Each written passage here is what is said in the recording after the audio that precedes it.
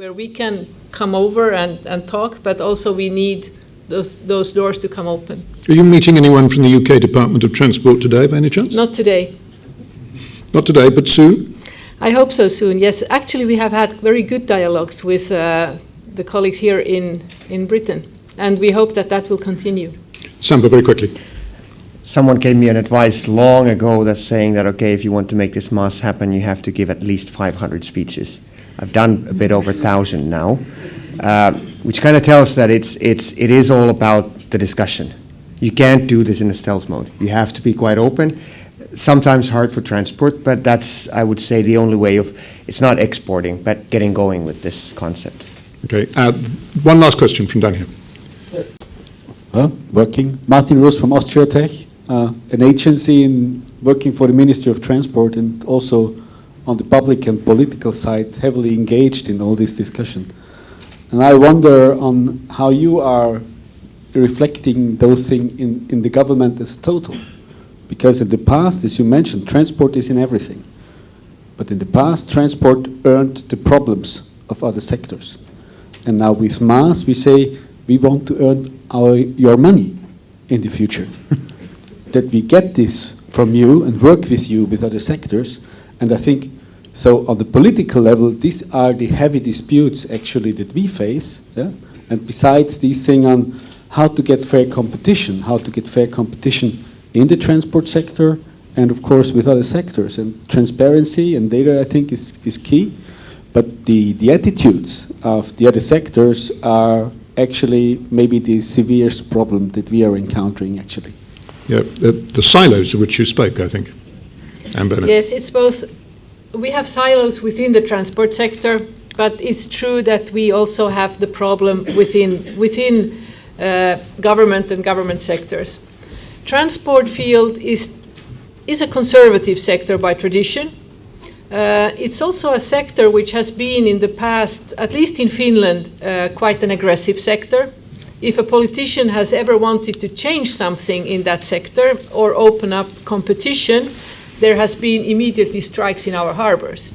And so nobody has really done anything for a long, long time. That's one thing. Today strikes are not so much anymore accepted by the public. So, and also there is an understanding because actually most of our voters and people do want to use applications and new services, and there is an advantage in that movement. The other thing is that transport traditionally is a huge finance for education and healthcare. So nobody would really like within a government to change anything on that level in order to not lose those incomes to finance healthcare and other sectors. But I think, for instance, within our government, it hasn't been easy. And I can tell you, if I would have known sometimes how hard it is, I wonder, really.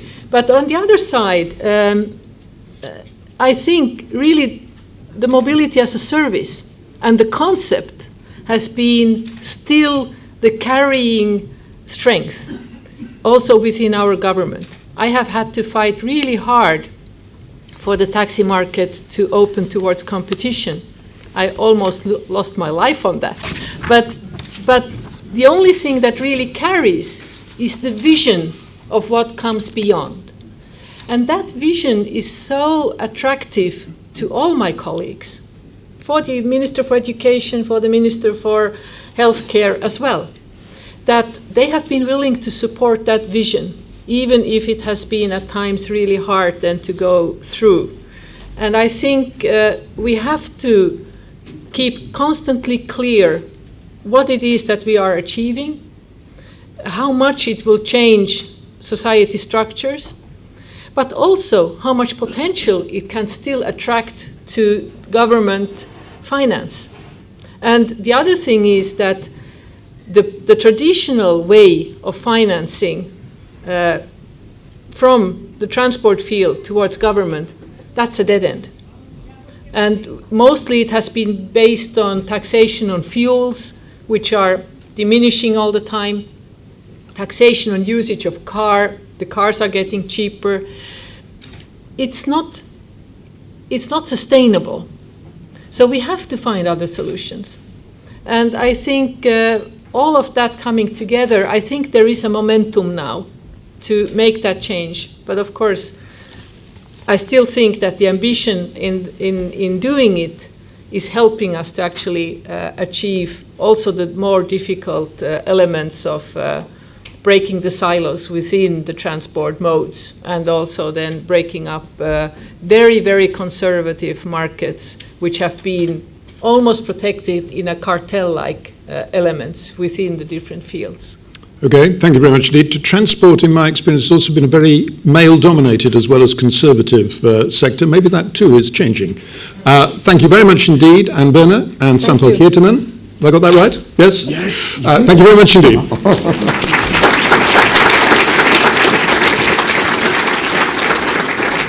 Okay, let's introduce some facts and figures. Let's introduce some data into all of this. We're going to hear now from Shweta Surender of Frost and Finland.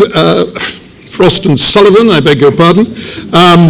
What's the market potential here? What are the business opportunities? What are the technological and regulatory hurdles that need to be overcome? Shweta leads the Mobility Research Programme within Frost and Sullivan's Automotive and Transportation Group. Shweta.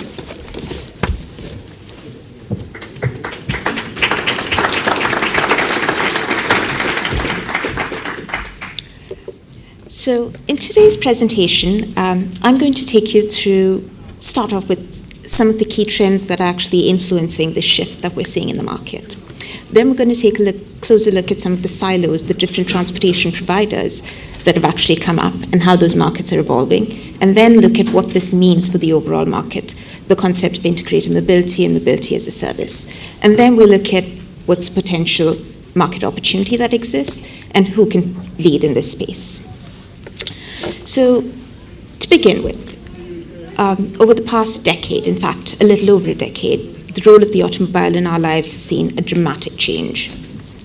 So, in a large part, this can be attributed to a few key trends. Now, one of the biggest trends that we've seen is certainly what everyone's been talking about, urbanization and population density. Now, what's interesting is what is going to be the implication of the trend and the impact that it's going to have, and why is this important? Now, on one hand, as urbanization increases, today you have 50% of the population urban. By 2050, that's going to go up to 70%. What is going to happen is this is going to lead to an increased utilization of the existing public transit networks on one hand. On the other hand, it's also going to lead to demand for newer mobility services. We've seen them evolving, yes, but it's also going to make them more viable because now they can easily achieve a sense of scale that's needed for them to go forward. So what it means is that a lot more will be possible both on the public sector side as well as on the private side. The second main trend is what we've been discussing, behavior change that's really driving this shift. And we've already seen that happen across the world. Driving licenses rates have fallen down, particularly in the younger generation. We're seeing this across Europe, in UK, in Germany, in France. We're seeing this in the US as well. So the mindset of Gen X and Y is shifting from looking at car ownership and shifting more towards looking at car usage. And that's the big trend that's really going to drive the uptake of mobility as a service. Now, another key factor is certainly technology and connectivity, and that's what is already in the market today, and that's going to enable the service to go forward. It has a big role to play in bringing about this change. Now, the technology that we need for bringing MaaS to the market is already available.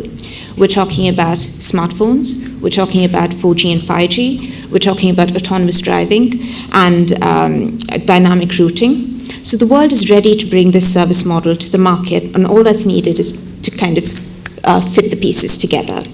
So these are some of the key trends. Now, when we think of some of the implications that these trends have had on the market, this slide actually shows how we've shifted in London over the past 10 years from public transit, from private car usage to public transit. This is data from the TfL, and over this period we've seen that private car usage has fallen from 45 or 46% to about 33%. Conversely, public transit use has gone up from about 30% to about close to 50%. Now, part of this uptake is due to the increased investment in public transit.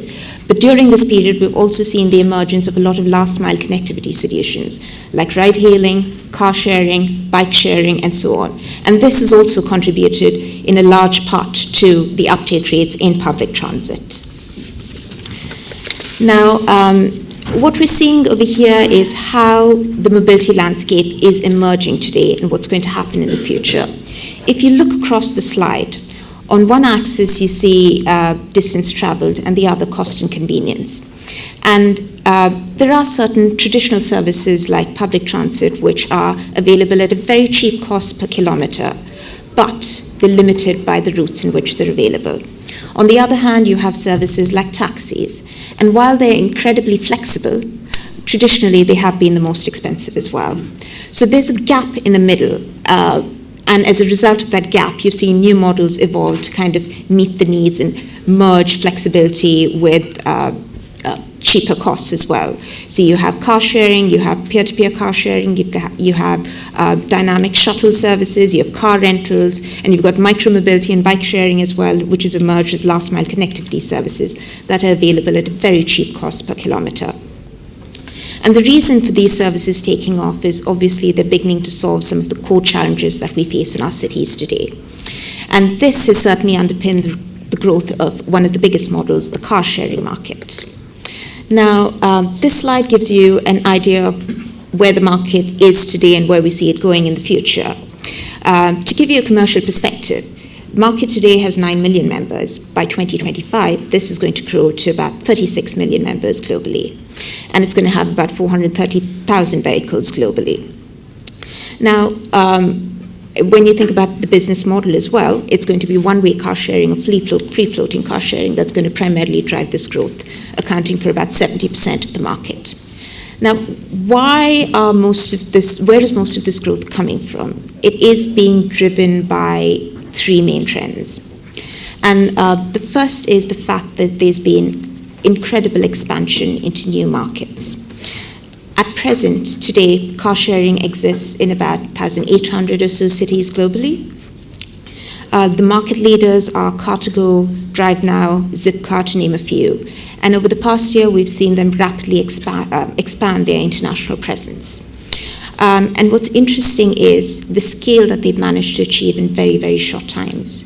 So DriveNow expanded re-entered in the US market, and over a few months, it grew to about 40,000 members. Car2Go grew into Spain, and more interestingly, it grew into China as well. In China, in 6 months, they managed to get 100,000 registrants. PSA recently launched an EV car sharing service called eMove in Spain. And within 3 months, they were able to get about 75,000 members. So this really tells you about a need in the market that's being filled and the growth that we can expect from this service. Apart from expansion, we've also seen a trend of acquisitions in this space, again, to help them expand the global presence. In Europe, you've seen Ubico acquire Bluemove. In North America, you've seen Communauto acquire Virtucar. And again, there's a trend of consolidation that's beginning to happen. Also interesting is vertical integration that's taking place. So car sharing providers are increasingly investing in technology service providers. And the rationale behind this is to give themselves a competitive advantage, certainly, but it's also to provide a better user experience. So you had Zipcar, which acquired Locomotion, Enterprise with Metavera, and so forth. So this is where we see the biggest market really growing. Now, another very interesting market is ride sharing. When you compare it to car sharing in terms of members, it actually is much, much larger. It's been growing steadily over the last few years. Now, today, ride sharing has about 30 million members globally. In addition, in this market as well, you've seen consolidation. And in addition to the consolidation, there've also been partnerships and an increasing presence by OEMs in this space.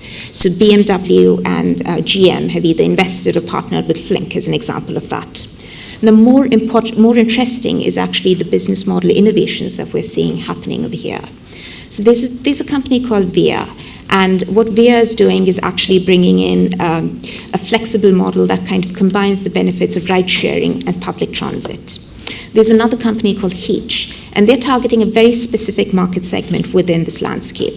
They're going after nighttime partygoers, so services offered only at night, and that's a good market for them to target. Lazuz is an Israel startup in this space, and interestingly, they're using blockchain technology to enable payments for themselves.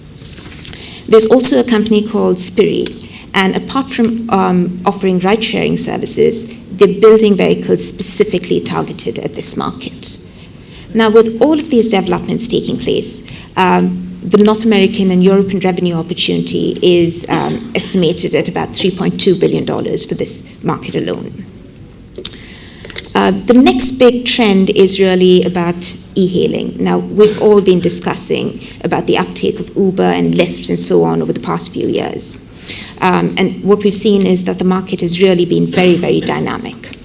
Over the past years, we've seen a lot of traction in the sense that a number of countries have actually beginning to legalize ride-hailing.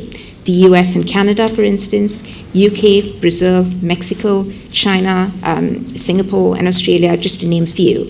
And as a result of this, this market is going to explode in a big way. By 2025, we think that the revenue potential from this market is potentially worth something in the range of about 80 billion or so. Now, again, over here, as with others, you're seeing consolidation as a key trend. Now, apart from this, you're also seeing the expansion of the model and new models being and model evolving. For instance, you're seeing a provision of logistics services and other on-demand delivery services that's really defining the market. And with all the consolidation taking place, what we expect is that a few market leaders will emerge in different regions, potentially Uber in Western Europe, Didi in China, and APAC. Now, 2016 was really defined as the year where you saw a lot of partnerships between OEMs and app providers. And this is resulting in new mobility solutions. Volkswagen invested about 300 million in Get, Toyota about 100 million in Uber, GM about 500 million in Lyft, and they also acquired Sidecar for something like 29 or 30 million. And eventually, as technology evolves, what we're going to see is OEMs in particular are going to potentially launch their own ride-hailing apps using autonomous vehicles, and that's going to be the real big game changer once it comes to the market. Another interesting service model that is evolving is the whole concept of on-demand bus transit. Now, this is a model that effectively offers a service level that's very close to taxi services, but at a price point that's just a little above public transit. Now, when this comes fully into the market, it's going to provide very, very stiff competition to traditional last-mile connectivity solutions like e-hailing or perhaps even carpooling. And effectively, it can supplement or even substitute the existing public transit network. For instance, if you have a bus route that's on a fixed route with a low density and a low utilization, it will be more effective to convert it to on-demand. And we see a few cities that are taking the lead in doing this. Now, the North American market has traditionally been more active in terms of innovation, with this incredible potential and demand that we see coming from the APAC region as well for this. Now, with the advent of autonomous technology, again, it's going to be a game changer over here. And that's when we will really see this market pick up, with autonomous buses really beginning to replace and compete actively with other business models. Now, once we've kind of established all these different service offerings and looked at mobility in silos in that sense, what we're really seeing is the opportunity on how to bring this together, and that's what we're talking about today. There are three main service offerings that ought to be provided. The first is journey planning, the second is booking, and the third is payment. And the provider who's able to do all three together is really the holy grail of integrated mobility. Now, all this will be enabled through a single app or a digital ticket. And when this finally happens and does roll out in a big way, it's going to be transformative for the automotive industry. what we've seen happen to what Airbnb and Spotify have done for the accommodation and music market is effectively going to happen to the transportation market. So transportation will finally become a service that is both accessible and paid for on demand. Now, there are already a few providers who've begun to bring this into the market, and this slide provides a snapshot of that. What's important is that really to bring this service to fruition, you need a number of players to come together and collaborate. Now, the private sector might be motivated by profit, certainly, but the public sector has a lot to gain as well. So they can look towards policy benefits that stem from reduced congestion, from increased safety, from fewer traffic accidents, as well as a smaller footprint. But again, the participants will benefit only if they do collaborate. Now, the market is very nascent, admittedly, but there are some that are a little further along in the game compared to others. One of them is the WIM app by MaaS Global, certainly. Another one is Mozio, which is a product that's coming out of the US. And another one is Movell as well. And what we do expect is that the uptake rates will be very, very rapid once they roll out fully. Movell launched a few months ago, and over the course of 12 months, in Germany alone, they managed to grow to around 900,000 members. While their model is not completely mobility as a service, they're going to be reaching that point fairly shortly. Now, when we think of mobility, certainly as we've been establishing, the public sector has a big role to play in really driving this development. And one of the most important roles is that they need to bring everybody to the table to encourage the development. And in a big way, they also need to drive investment. This is beginning to happen. The European Union has set up the MaaS Alliance. In the US, the Department of Transport ran the Smart Cities Challenge. And off the back of that, you've had a few pilot projects that are running in Nevada, in Michigan, in Pennsylvania, Florida, to name a few. Now, why this is so important and why the public sector has to be present is it's because transportation is such a critical service. And so it's in the interest of the public sector to ensure that they have a big say in the provision of these services to ensure that you not only have geographical access and coverage, but you also have accessibility and there's equity that's brought into the picture. You need to serve the lower income groups and you need to serve underserved populations as well. So you will find that they are working hand in hand with the private sector operators.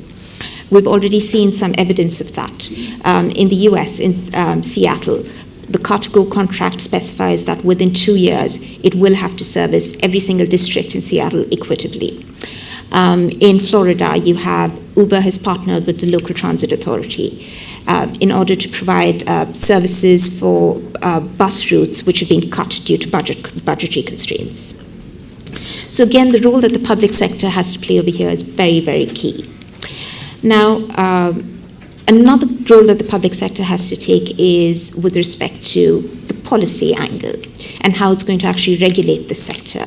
Technology is influencing this trend, and the public sector has to very quickly form a view of how they want the technology to be introduced in the market and what they want it to do. So finding the regulatory sweet spot is really going to be key, because with too much regulation, you're not going to allow for innovation in the private sector. But with too little regulation, a lack of it would mean that the public interest doesn't really get served. Now, there are a few different ways in which we see this coming to the market. In some cities, we've seen the public sector take on a bigger role. They're tendering for car sharing, for bike sharing services. In some, they're collaborating more with public transit authorities and getting involved in more the service level agreements. The biggest role that they have to play today, and the most pertinent question, is certainly with respect to data, as we've established. Now, for MaaS to be brought to the market, you need access to public transport route information as well as real-time updates. And so an open API feed is going to be critical for this. Uptake rates have not been fantastic. Out of about 1,000 cities that offer API systems, only about 300 or so have actually opened it up. Some have been more successful than others. Helsinki is a fantastic example. London is another good use case as well. Since TfL opened up its API, its data is being used by about 8,000 developers, and about 500 transport apps are being run off of that. So again, that tells you about the importance of this sector. So just to underline the importance that public sector has to, the role that the public sector plays in really enabling this mobility shift. It really will have to take a bigger role, step up in terms of regulation, as well as actively encouraging and enabling these mobility business models. Now, this is where it gets a little more interesting.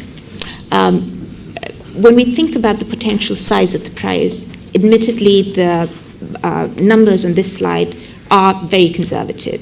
So when we've looked at this, we've just looked at a few services in silos. We've looked at car sharing, peer-to-peer car sharing, rental, public transit, bike sharing, and a few other key mobility services. We haven't looked at the total market landscape. But within this little slice itself, you see the incredible market potential that exists, about 860 billion today. And by 2025, this could reach 2 trillion. Now, if you're able to get a share of this, a 1% share or even a 0.1% share, it just tells you about the incredible revenue opportunity and the addressable market that exists, and how significant this actually is and why there's a need for this to actually develop. Now, when we think of who's really going to take advantage of this market opportunity, from what we've seen, startups tend to be leading the charge for the most part. In 2016 alone, over $1 billion were invested in automotive tech startups. And this is across the broader mobility themes of automation, of connectivity, of electrification, and shared services. So when you think about who's really leading in this space, what is quite evident is that most of the innovations in mobility services are being brought to the market by these startups. And they're bringing mobility solutions that are increasingly transforming the future of personal mobility. Now, this is not to say that the incumbents won't have a big role to play over here. When we look at OEMs, for instance, the vehicle manufacturers have really woken up to the fact that the automotive value chain is transforming. And if they're not reactive, their position might change. Today, they're at the top of the pyramid, but potentially, if they don't move fast enough or they're not smart enough, they could become a very small part of the new value chain, potentially a tier 1 or even a tier 2 or 3 supplier. So they are looking at mobility seriously, and they're evolving their business model from the business of selling cars and looking more long-term into the business of mobility. There are 3 routes that they are taking to bring this to the market. The first is they're launching their own pilot projects.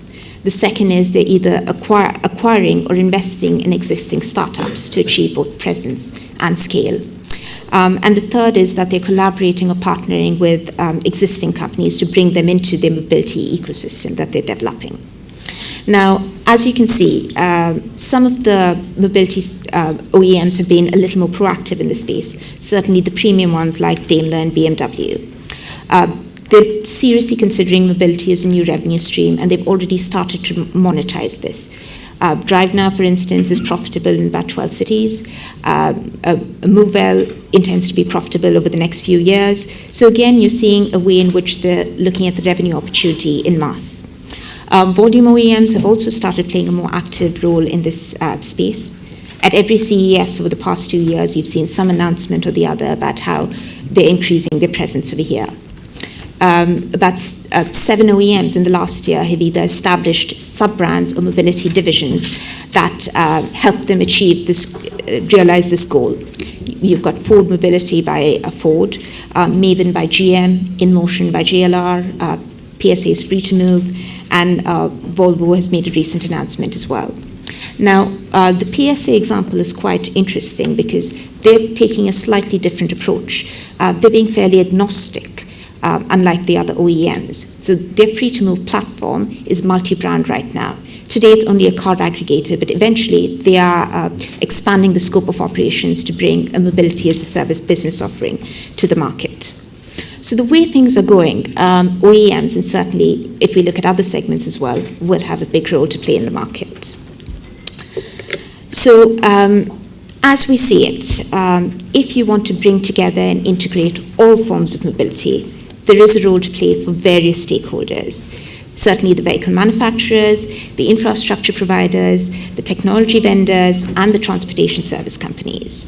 And so to unearth the true potential of mobility as a service, three things are needed, certainly. One is policy change across all markets. The second one is investment, both from the public as well as the private sector. And the third is the behavior change. And what we see is that we're moving from a one-dimensional approach to a multi-dimensional model. But this really requires the seamless integration of various modes of transport to get there in order to have the maximum possible impact. And that's what we're all searching for going forward. So increasingly, you can, using a smartphone, you can hail a cab, you can share a ride, or you can grab a bike. And it's this accessibility and ease of use that's really driving this behavior change that our cities crave. So in conclusion, it is going to be the cooperation and the cross-interoperability between the different stakeholders that will be the factor that either makes or breaks this whole mobility as a service concept.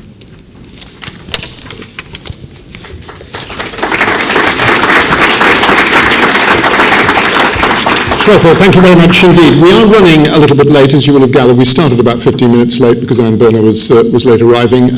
We will therefore postpone the start of lunch. Your rumbling stomachs, I'm afraid, will have to hold on there until 1:15 when I aim to conclude. Let's now hear from another presentation, Lucy Yu from the UK Department of Transport, who is Head of Innovation and MaaS at the department. She's also part-time Chief Operating Officer of a technology company, Cucumber, which I gather is into behaviour-driven development. And she's also a board member of Hacktrain, a company dedicated to innovation in the rail industry. Lucy, you? Okay, thank you. Can you hear me all right? So I'm now the only thing standing between you all and lunch, so I'm feeling the pressure now. When I speak at events like these, I usually talk about changes in the landscape of technology and society to set the scene for introducing the concept of MaaS. I think this is one of the first events that I haven't had to do that, and that shows how far and wide the concept has reached within just the past couple of years. Many of you will be familiar with the concept of an idea whose time has come, and I think that the reason that MaaS has attracted such a groundswell of interest in the past few years is that MaaS is now the perfect example of an idea whose time has come. So we have a golden trinity of demand and supply, and then the technology that enables those two to meet through innovative new commercial models. So I thought what might be interesting is to take a brief look at the journey that the DFT has taken in that time. Oops. And one of our early moves into the world of MaaS was through our Transport Technology Research and Innovation Grants. And these are small awards of grant funding that we award for the completion of innovative research and development projects. And in early 2015, we funded a research team at UCL's Energy Institute, who are actually here today, just sitting over there. So I might ask them to raise their hands later. And we funded them to conduct a short study to explore the possibility of MaaS in London. And this is the report here, and you can find this online if you'd like to look.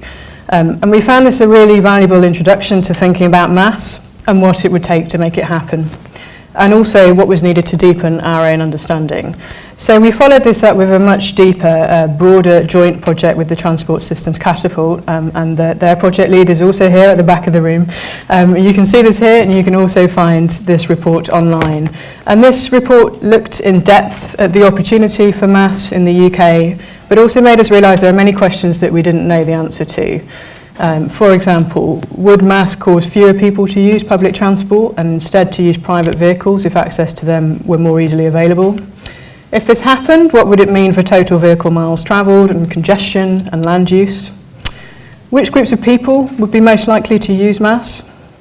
Was MaaS only going to be suitable for urban areas, or could it be made to work in a rural environment as well? What would MaaS mean for traditional transport operators versus the new vanguard? And could MaaS give town and city planners the data that they need to help them achieve better outcomes, so lower air pollution, reduced congestion, improved access to employment and public services, and healthier citizens?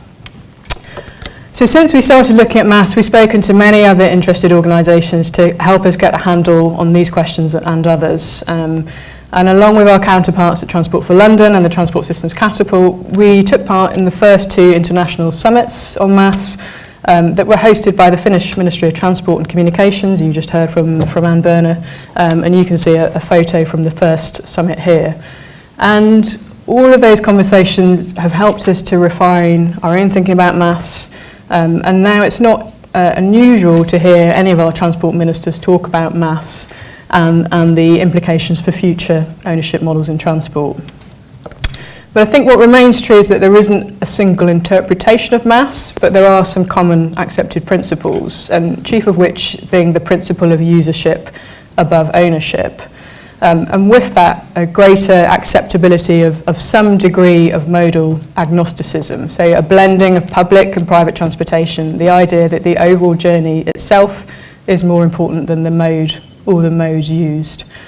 And another commonly accepted principle is the idea of a seamless integrated payments, and if they should still exist in the future, ticketing. But MaaS is about much more than simply integrating ticketing and payments, and many people see MaaS as a real solution to the problems that many customers face when they travel. And the DfT also jointly funded a traveller needs study in 2015, and these are a few of the highlights. So I'm sure some of you might have had a painful journey to this conference, and that's much more likely to be the case if it was a multimodal trip. Through the study, we also found that attitudes to data are shifting, and people are willing to share their personal data in some circumstances. There's a lot of discussion now underway in the industry about how to develop models of informed consent for data sharing. And we've also found that UK travellers are increasingly connected. They're more and more likely to have access to a mobility platform at their fingertips. And those platforms are giving them easier access to new types of mobility service. We expect that new forms of shared mobility will be key to the success of MaaS. And here sharing means 2 things. The first is shared access to pools of cars, bikes, e-bikes, and so on. And the second is sharing the ride itself, so similar to services such as Uber Pool and BlaBlaCar. And there's a lot of overlap and indeed future convergence here when we come to think about connected and autonomous vehicles, which are a perfect medium for shared mobility services and which have got very strong potential to be incorporated as future elements of a diverse public transportation system, such as you can see in the examples shown here. But the biggest wins in this area will come from having shared mobility that can operate in a truly flexible, demand-responsive way. And although the concept of demand-responsive transportation isn't new, it is likely that we will need to update our current regulatory regimes to ensure that they continue to make sense in a more digital and connected world in which we need to be able to support and drive newer commercial models in the marketplace. And we're already aware of many ways in which technology is causing some of the traditional boundaries or distinctions between different types of service to become less meaningful. For instance, in the way that services are booked and paid for. But there are also other characteristics that remain from a pre-digital world. For example, nowadays we have the technology to crowdsource and then operate a desired route in near to real time. But neither of those things square with the current procedure and the typical lead time, which can be several weeks, needed for a public service vehicle operator to register a new route. So we've been doing some work recently with FutureGov and Essex and Suffolk County Councils to look at this. And these 2 councils are working together with an aim to pilot a digital platform for demand-responsive transport in a rural context. So we've been looking at the existing policy and regulations to figure out a path through that would enable the council to do this.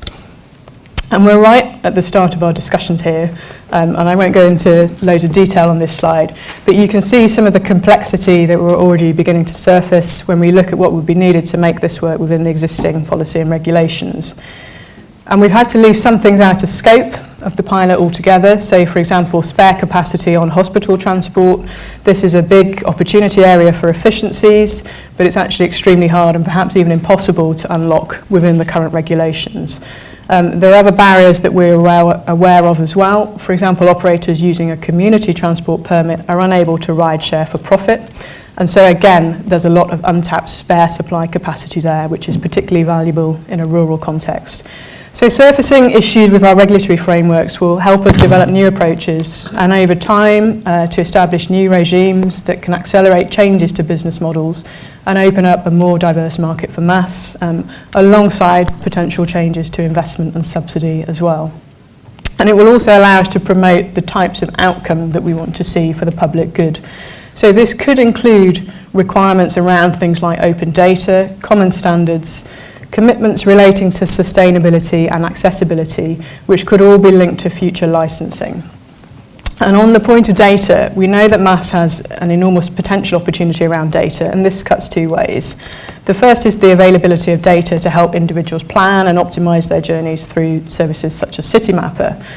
The second, and perhaps more powerfully, are the insights that data can give governments and transport authorities to help them improve design through feedback from real user experiences and to use their policy levers to create an optimal system that benefits society as a whole and not just certain sections. These are some early outputs from a trial that Transport for London ran on part of the Tube network earlier this year. They captured mobile phone Wi-Fi data to explore how people moved around the network. Because in London, data from the Oyster network is only captured as a traveller enters or leaves the network. And so if there is more than one possible route to take, TfL haven't previously had access to this granularity of information.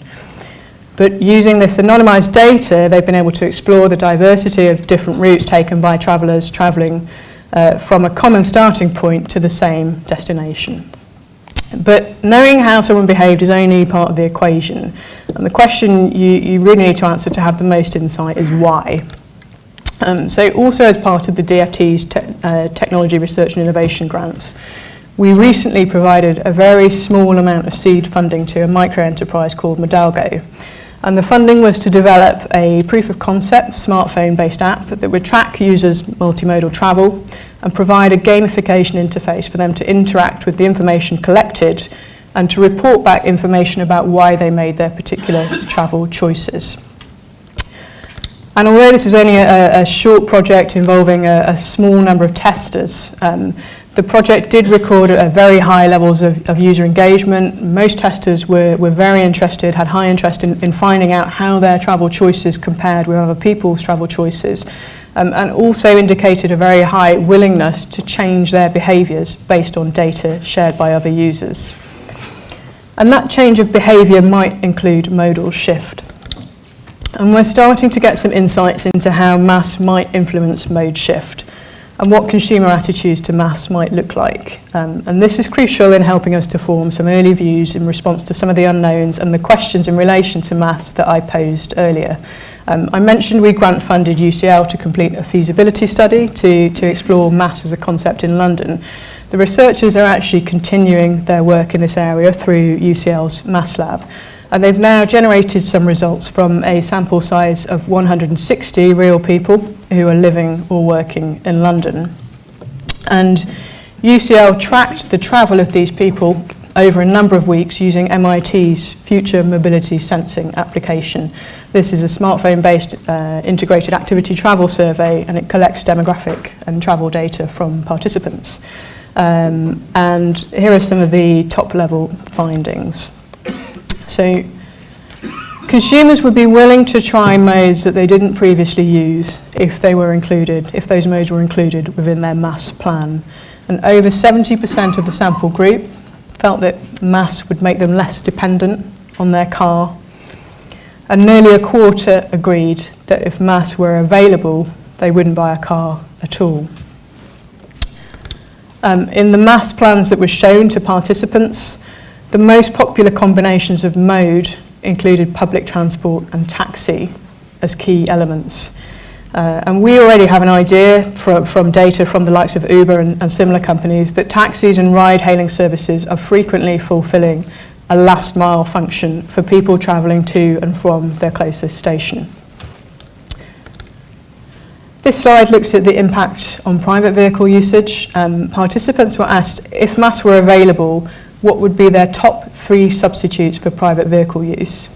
And this slide shows the most popular first choices only for the top 5 choices, which is why it doesn't quite sum to 100.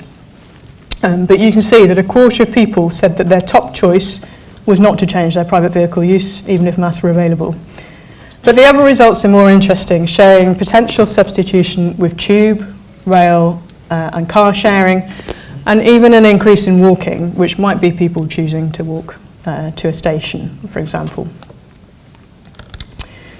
And this slide looks at the impact on public transport usage. And again, participants were asked if MaaS were available, what would be their top 3 substitutes for public transport usage.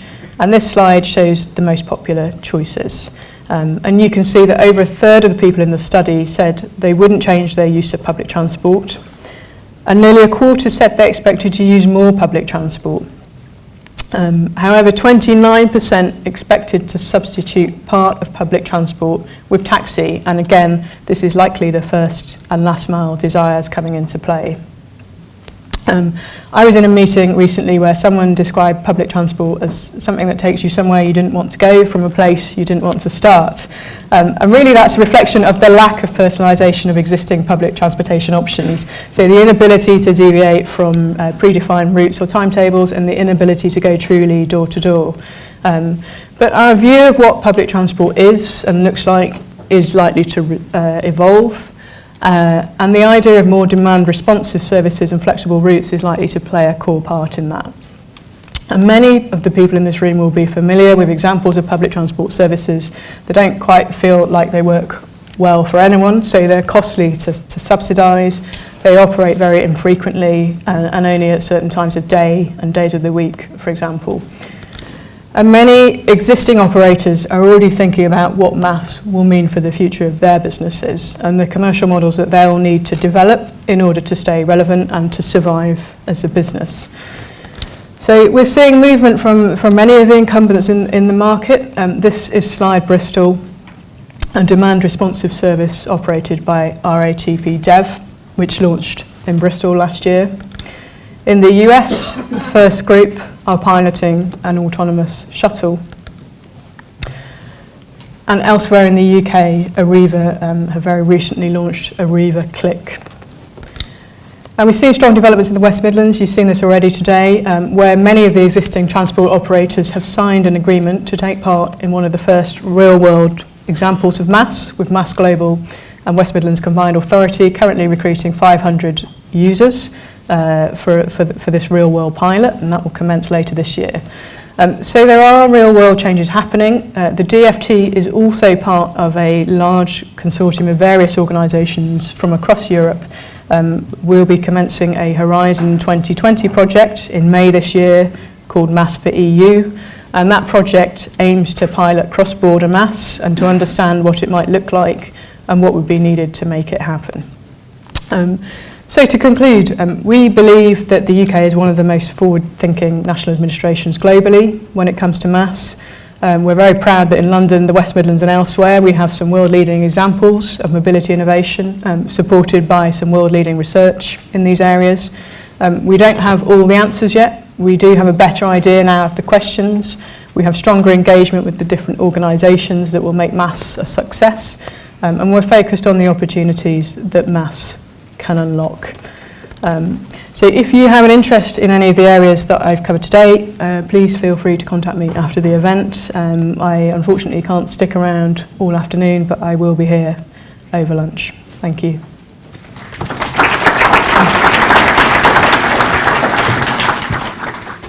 Lucy, thank you very much. Admirably comprehensive, admirably fast. Do not leave the room. I have a piece of news. A word from our sponsors. Some of you may have noticed that among the sponsors outside, there is an organisation called A2B. What you may not know is that until today, A2B was known as Breezer Innovation, an arm of Breezer. And here to tell us more about what they've done and why they've done it is A2B's US Managing Director, Timothy McGuckin. And when he's spoken and played you a short video, I promise you, you can go to lunch. Timothy McGuckin. Thank you, Nick. Hey, everybody. Thank you. As Nick said, my name is Tim McGuckin. I am the head of the U.S. Office of A2B. And I'm the person actually standing between you and lunch. So, monsieur, it's no pressure on you. It's actually on me. So it's about 4 minutes to wait. So thank you for your patience. And I think that one of the reasons we went over schedules because the content's been just so darn interesting. So I'm going to take only 2 minutes to speak, and then I'm going to introduce sort of a video version of a gentleman going through his day on a journey under the A2B vision. So today's a special day for a couple of reasons. The first is that it's really the first mass market event. The first of many, I hope, to see, because certainly the topic warrants more workshops and more meetings, and I want to congratulate the folks at ITS International for their vision and foresight, and also their hard work putting this workshop together. It's also a special day because, as Nick said, a new brand is being born today. It's launched. Today is actually the very first day that the public is seeing A2B. The name, what does A2B mean? It's really a reflection on a new positioning we're taking in the mobility market, but it's much deeper than that. When I think about MaaS, and I like Nick's European pronunciation of that as well, it really comes down to, I look at it in simple terms, how people, products, and information, regardless of institutional silos or standards or lack thereof, really at the end of the day just need to move from points A to B.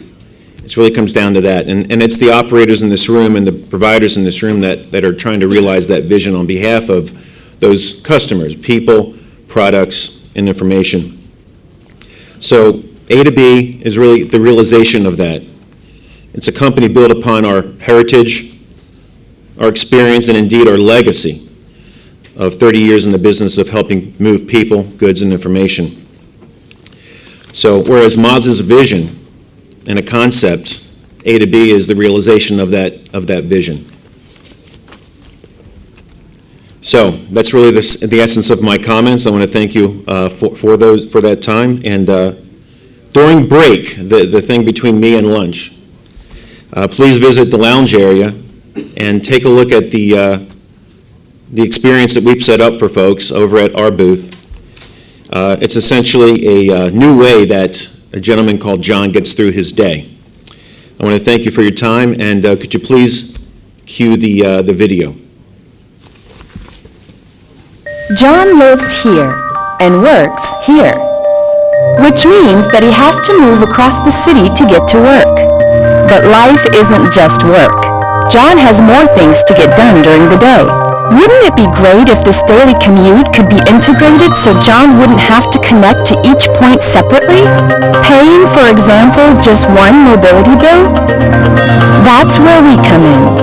A2B connects companies to public authorities, providing solutions for mobility payments and operations, ensuring that mobility networks are open to everyone, including tolling, with manual and electronic payments using vehicle beacons or mobile apps. Parking, all the way from accessing the parks to easy payments. Vehicle sharing, whether it is a car trip or a last-mile bike ride. Drive-thrus, from food places to groceries and drugstores. Fueling, with effortless tag payments. Public transport, which means linking trains, ferries, taxis, subways, buses, you name it. Every mobility operator is invited to play its part, along with the organizations that manage the road and city traffic, ensuring that all this flows. This way, traveling and commuting becomes a seamless mobility experience for John and everybody else. Because it's not just about going from A to B, it's about transforming the ride, making it easier, safer, more sustainable and fulfilling. And when John gets to the end, it's more than a B, it's a beyond. A to B. Mobility beyond. So now, just want to say one more word, one more group to thank, and in fact are the people behind A to B. Many of them are here. I encourage you to look at their name tags and to look at the A to B logo and ask them about why we're doing this, what we're doing, and what our plans are. In essence, it's really about transforming transportation and making it easier, safer, and more sustainable and fulfilling for people. So thanks again for your attention, and enjoy the break.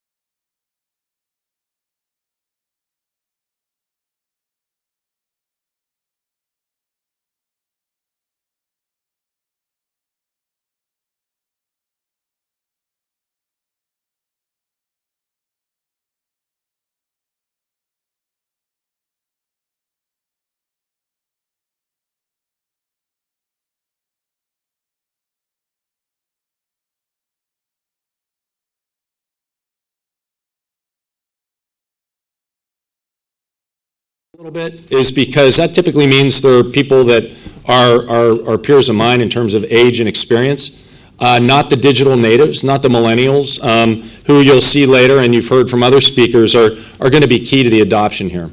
And I'll have more to say about that in a minute. So here's another interesting thing. How aware are you of the concept of mobility as a service? And more than half said somewhat, which meant that, and you know, people are loath to admit that they don't really know that much, except for that 9.2% that said not at all.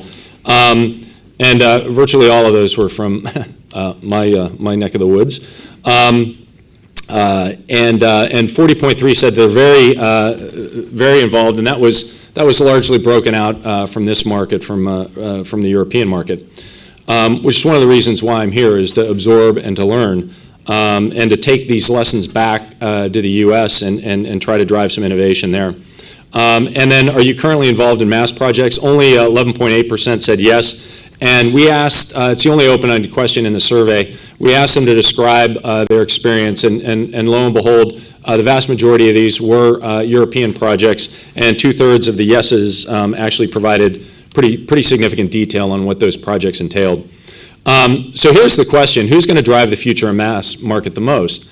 And this is where the insightful old people like myself, and a handful of you in this room, essentially said, look, the millennials are going to drive this, and they're absolutely right. And if you look at the population trends and the increasing number of millennials in urban areas, and I would argue that both of these major responses dictate that the solutions are going to be driven by millennials in urban environments, which it comes as no surprise to anybody in this room.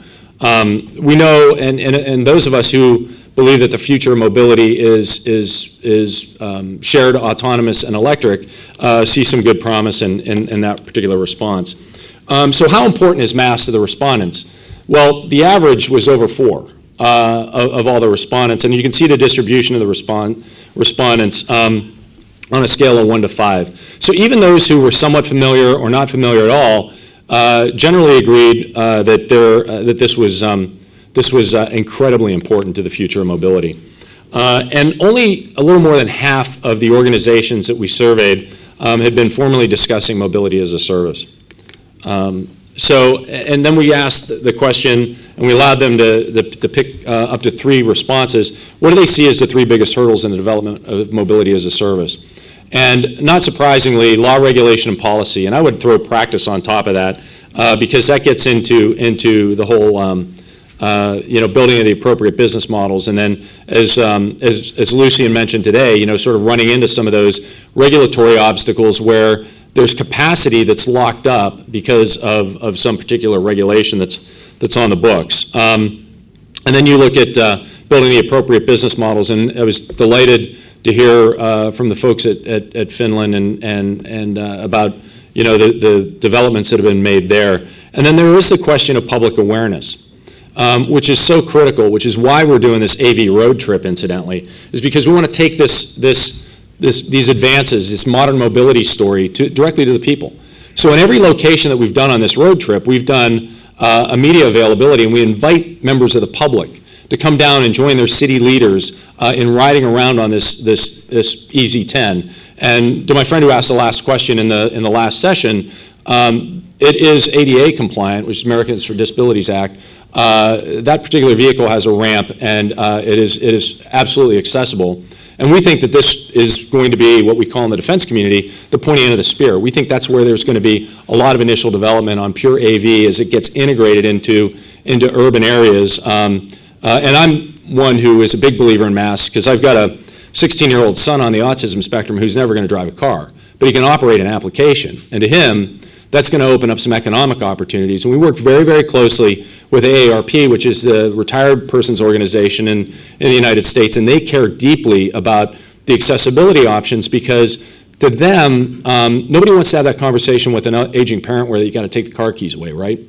And lots of folks have that conversation. And it's not too long after that, and my former boss, Secretary of Transportation Mary Peters, tells this incredible story about Grandpa Peters when they had to take the car keys away. And every day he would drive down to Arby's to see his friends, and after they took the car keys away, took away his mobility. And it wasn't long after that frankly he lost his will to live.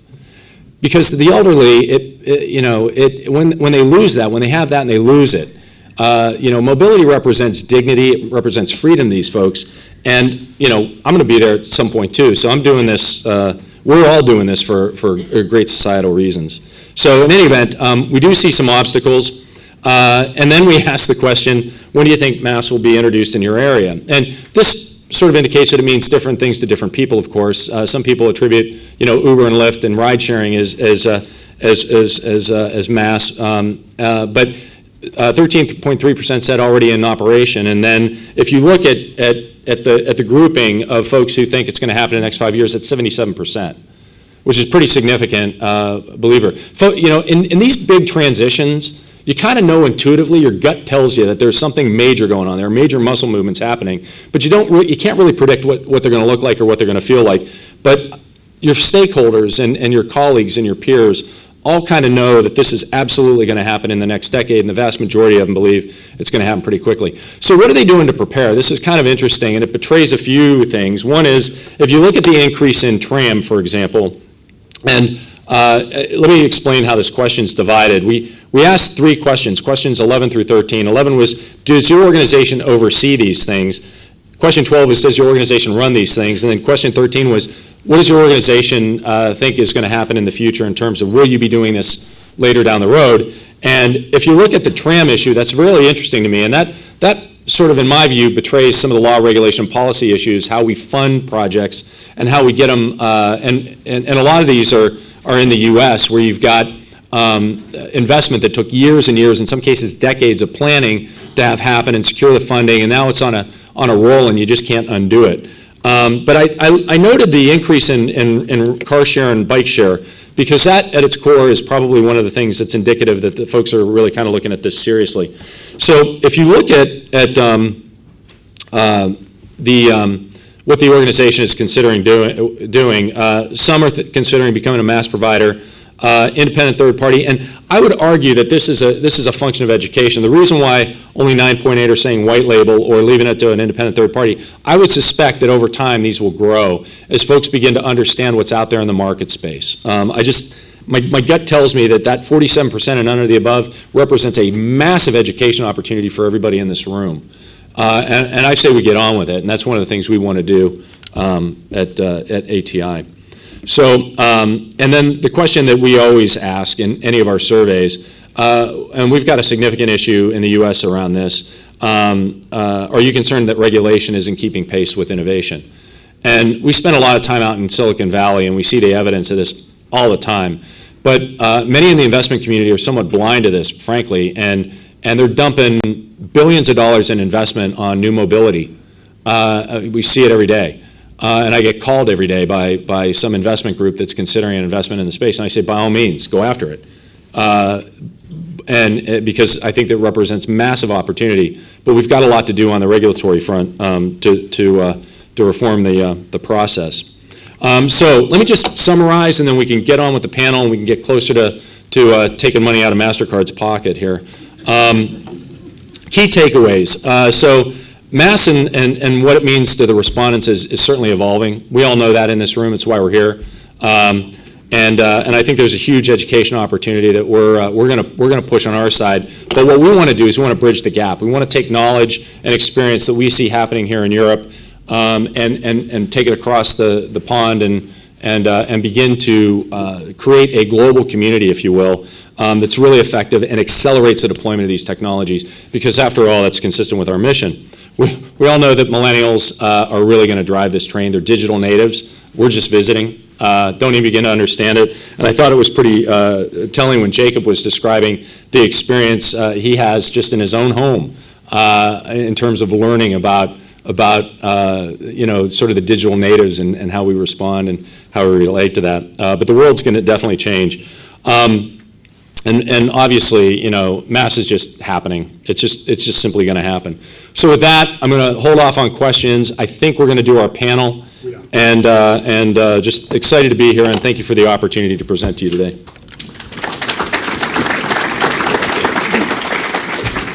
Paul, thank you very much indeed. And can I invite our other closing panelists up? There they are. Margaret Bell, ask her to come back up again. Sampo Hietanen, Jakob Banksgaard, And we also have joining us for the first time António Murta, who is from A to B, which you will recall was until recently called Brisa Innovation. He is a specialist in retail systems, I think, who is a member of, or founder of the venture capital company Patena, which owns a large chunk of Brisa, and he is going to join us here. Now, I asked all our participants in this panel and tomorrow's panel, closing panel, to send me a list of the sorts of questions that they thought we ought to be addressing in these closing panels. Tomorrow's panel, I got a 100% response rate. Lots of really interesting suggestions for debate and discussion, so well done, guys. This panel, I got only one response, and that was from Paul, who gave me a very detailed breakdown of what he thought we should be discussing. So, gold star for Paul, thank you very much.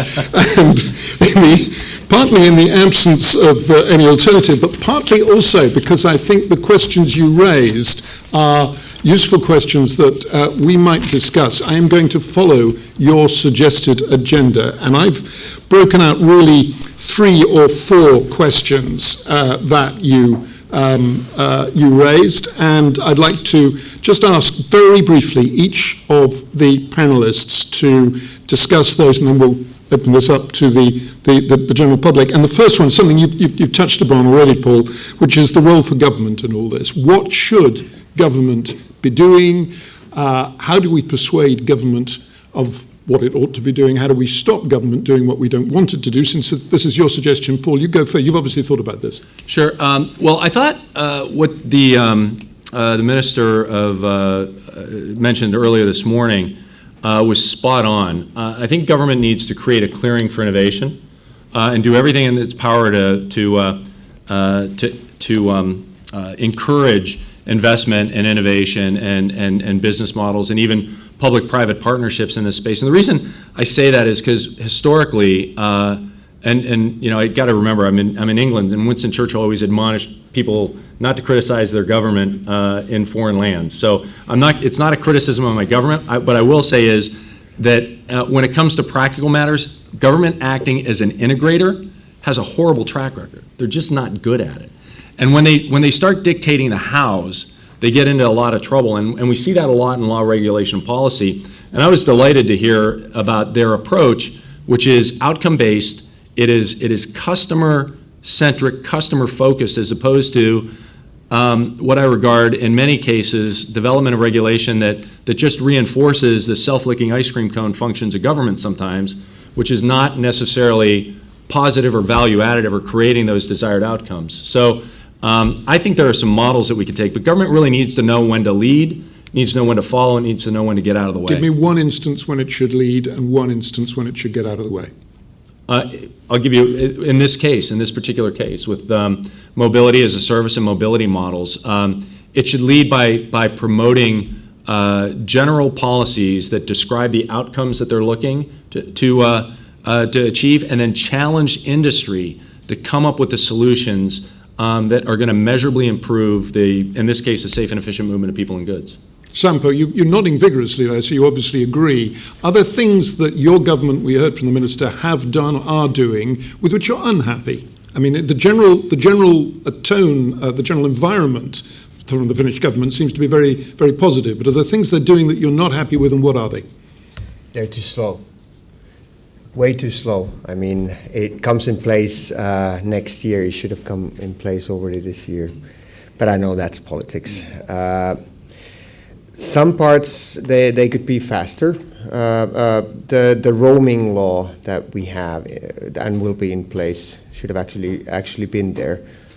Otherwise, from our government, I honestly can say that I'm pretty happy. Sorry.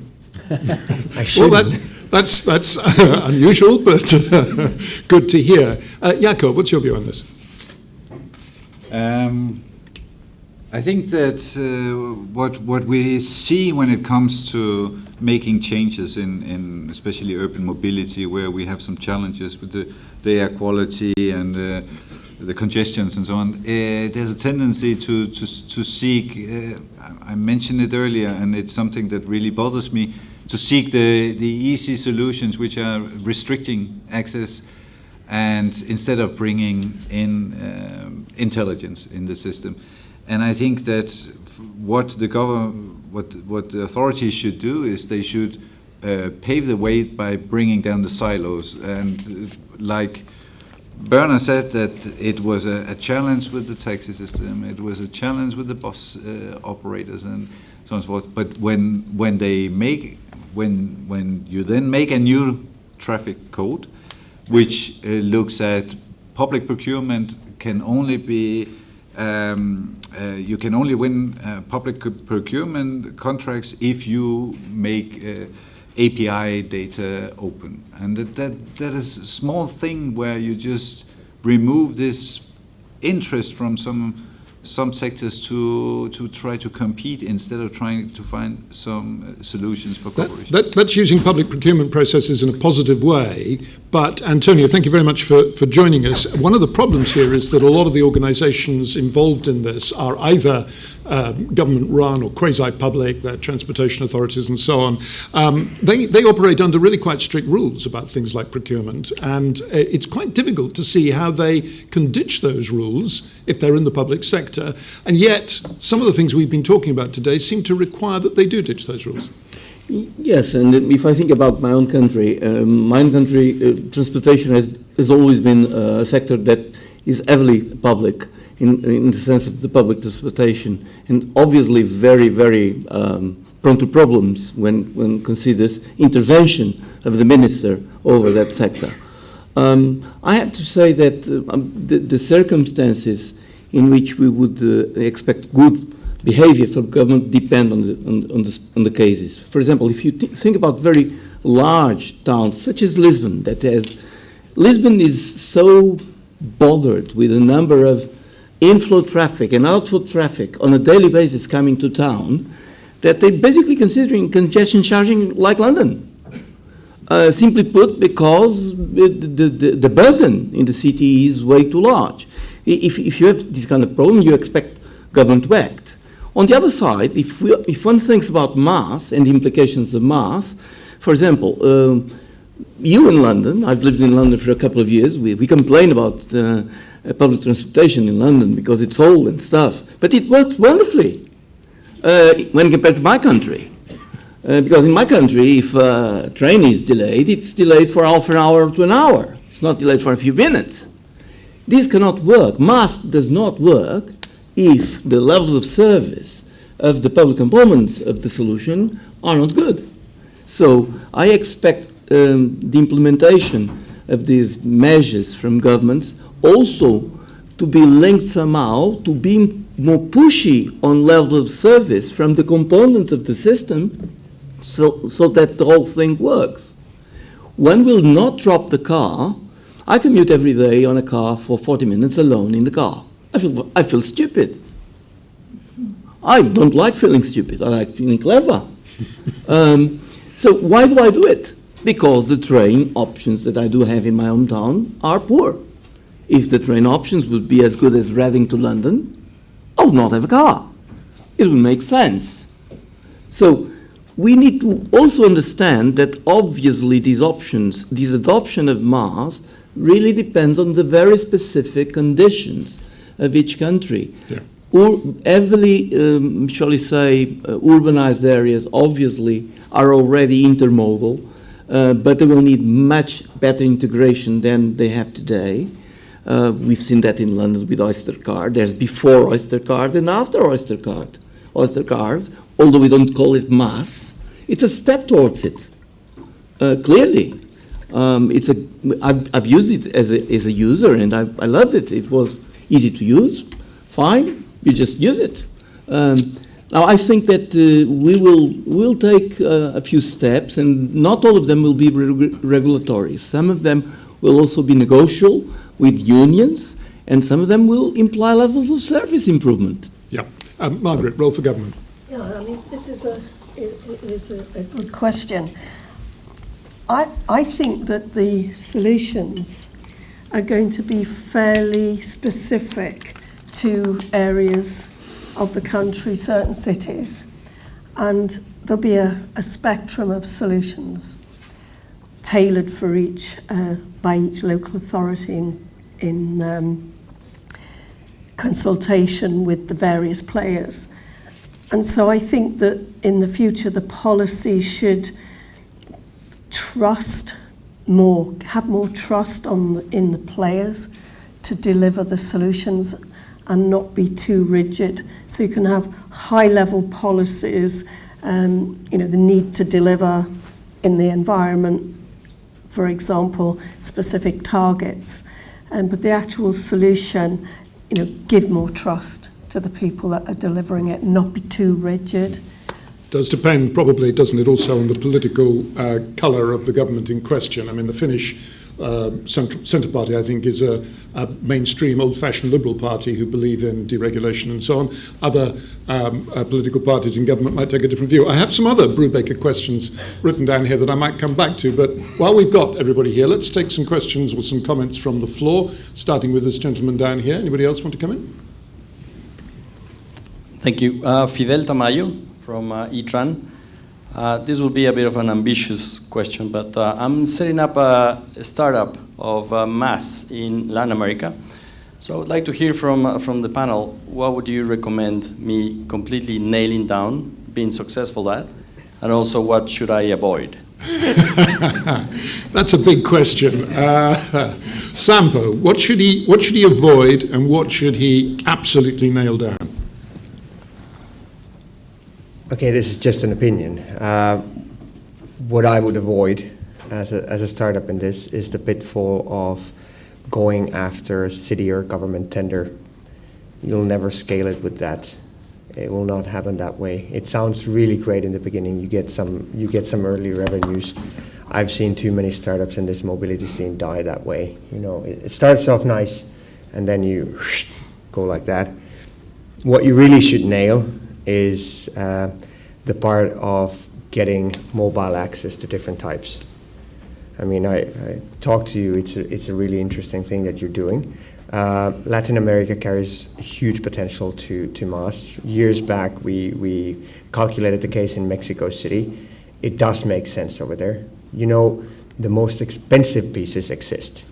200,000 taxis, 30,000 minibuses, metros, everything, they exist. All you have to actually do nowadays is to equip them with something that gives visibility to the supply. And then you're onto something. So I would say this is a real classical case of API economy. Try to get the APIs, nail them down. Anybody else like to offer some advice to Latin America, Margaret? Yeah, I'd just be very quick. Don't be too ambitious. And through public education and participation, explaining why you're doing it and how they, as individuals, will benefit and get something off. And do you think that Sampo's suggestion that sticking to a single city is in the medium term death? Do you think that he's being too ambitious in saying go for a broader footprint? Well, as I said earlier, I think I would go for a corridor, whether it's a particular application, say bringing people in from a particular village, marrying the movement of delivery of goods with passenger travel and bringing them together. So I would go onto a focused project and deliver by one. Any more advice, Paul? Yeah. So, and I'm probably not telling you anything you don't already know, and Sampo has firsthand experience with this. But I would find a very clear pain point among your potential paying customers or folks who would be users that we can create some sort of monetizing scheme where perhaps there's somebody who wants to communicate with your users. Doesn't have to be the person who's paying. There are lots of different ways to monetize, what's not on my CV on here is I've actually done a couple of startups, and I'm 2 for 3. Had one colossal failure, probably learned more from that than any other. But the 2 successes were really about solving pain points. and being crystal clear on what that value proposition is. Yeah. Antonio? Elaborating precisely on this one, because we think alike, I would definitely search for synergies between operators that are natural for the consumers, things that the consumers are doing themselves, but they're doing it in a painful way. And actually you're gluing the offers because it makes sense. If you do that and you build a relationship with the operators and you're not frightened by them, they don't not frightened by you, you'll be fine. The things that I would avoid would be to splash a ton of money on cost of acquisition. Although you are a B2C operator, you can spend a ton of money on that, and no, honestly, I don't think it's very wise to do so. There's a contribution from Jack Opiola again. Can we have a microphone? Yes, and there's one down here. Several times the speakers have talked about educating the public, changing behavior. But government is absolutely crap at doing that. Paul, you gave a suggestion of taking your roadshow out to the public, but can each of you elaborate? How do you plan to educate the public? Which I think is kind of insulting to start with, because it's saying the public's dumb. I mean, we're going to inform the public and we're going to tell them about the benefits, but how do you plan to do that? Good question. I can tell you what we've done. Yeah. So, I can tell you what we've done. It sounds like I can't keep a job, but I was actually former chief marketing officer at a company, and I treated this as a marketing project, frankly. And I agree with you. It's not educating; it's informing, and it's allowing the public to experience the AV, and that starts the conversation. They get to ride in these things, and AAA, the American Automobile Association in the U.S., did a study, and they've done two of them. Just recently released their second one that says fully, last year it was 4 out of 5 people don't ever want to have anything to do with a self-driving vehicle. This year it's 3 out of 4. So we're making a little progress. I'm not alleging that we're moving the needle on that, but the idea is that there is a viral impact, and if we can get to people in key markets in the country and get, say, 300-400 people to ride, and then becomes word of mouth, and they're like, oh yeah, I've experienced an AV, I'm willing to try these things. Oh yeah, there's a business model, or I see a new app that allows me to summon these things, or summon, and it's all part of the ecosystem. It shows people what good is, and we can have conferences and things, and we can talk about it, but unless you get in and you feel it and you touch it and you experience it firsthand, it's really hard to win the minds and hearts of people. So, and we've got a whole plan around this, and sadly it's dependent on sponsorship. So some of you may get emails from me begging for money, but that's really what we have to do. I mean, if you want to make it happen, you got to take it to the people, you got to take it to the transportation planners, you got to take it, and you got to get these people talking to one another, because they don't right now. Sampo. Yeah, I've always kind of wondered a couple of terms that we have. One is the traffic management, whereas I don't really feel that I need to be managed as an individual. With mobility management, it tended to be the idea that let's educate the people because they don't know what they should be doing in the benefit of the system, like we always want to do in the benefit of the system. I would say rather than educate, service them. They don't need to be educated at the moment. The trends exist. You see the young urban ones like yourself that are not keen on owning the car anymore. What they're lacking is good service. Can I add something? Yeah. So this comes. So somebody had mentioned Amazon earlier, and I'm a big fan of Amazon because they remove so much friction from the system, and we as consumers have learned to expect that. Expect these types of frictionless transactions, and same thing with Uber and Lyft. I mean, it's why they're so popular, is because they've removed a lot of the traditional friction. And when we talk to operators around the country, there's still tons of friction in this space. And that's one of the things that you guys are doing, is you're removing friction from the ability to move around, and you're making life so much more pleasurable. And that has to be at the forefront of the conversation. And it is not, somebody had mentioned, one of the earlier presenters had mentioned that Amazon can do deliveries in a half an hour in some urban environments and an hour in others. And that is not accidental. That is a big data issue and an acute understanding of the transportation system in the area in which they operate. That is a mashup of lots and lots of data. Amazon can tell you within just a slight percentage, the amount of, say, echoes that they're gonna sell in any given standard delivery area that they've chunked the U.S. into, and they know that ahead of time. So they're pre-positioning goods in their distribution centers, and it's going to get even wilder. And you're seeing experiments in drones here in the UK because our FAA won't let them fly beyond line of sight, which is absolutely ludicrous. But you're sorry to criticize my government again. It's all right. I hate when that happens. We do it all the time. I hate when that happens. Your government and ours.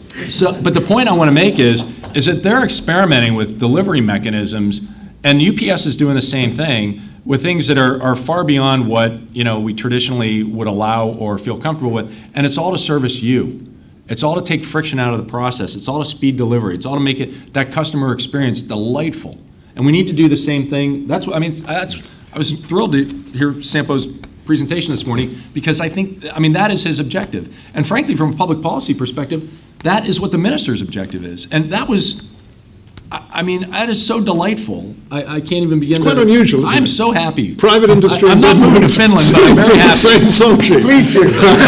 Margaret, you wanted to come in on this. Yeah, I think from the point of view of education, the sort of thing I was referring to is in an area of a city outside a railway station where the pollution is excessive and people who live in the area are, having serious implications for their health.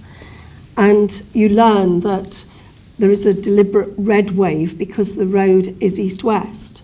So the red wave for traffic stops every vehicle crossing in front of the station to discourage traffic from moving east to west. Now, if you replace that with a green wave and meter the traffic in the area, you still only allow a proportion of the traffic to go through. In fact, you could even reduce it further and limit the traffic going through the area.